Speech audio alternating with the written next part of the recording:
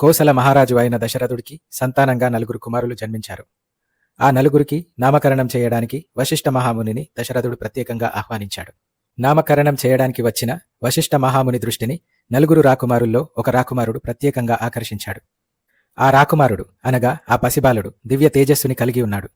మిగతా 3 రాకుమారులకి వశిష్ఠుడు ముందుగానే నామకరణం చేశాడు. ప్రత్యేకంగా దివ్య తేజస్సుతో కనిపించిన రాకుమారుడికి ప్రత్యేకంగా నామకరణం చెయ్యాలి అనుకున్నాడు.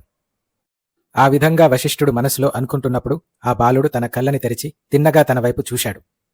అప్పుడు తనకి ఓం నమో నారాయణాయ అని మంత్రోచ్చరణ వినిపించింది. ఆ మంత్రంలో రా శబ్దం ప్రత్యేకంగా ఉచ్చరించబడింది.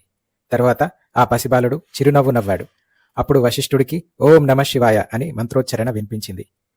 ఆ మంత్రంలో మా శబ్దం ప్రత్యేకంగా ఉచ్చరించబడింది.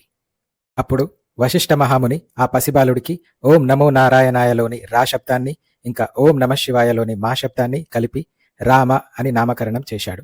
ఈ విధంగా ఆ పసిబాలుడు శ్రీరాముడయ్యాడు.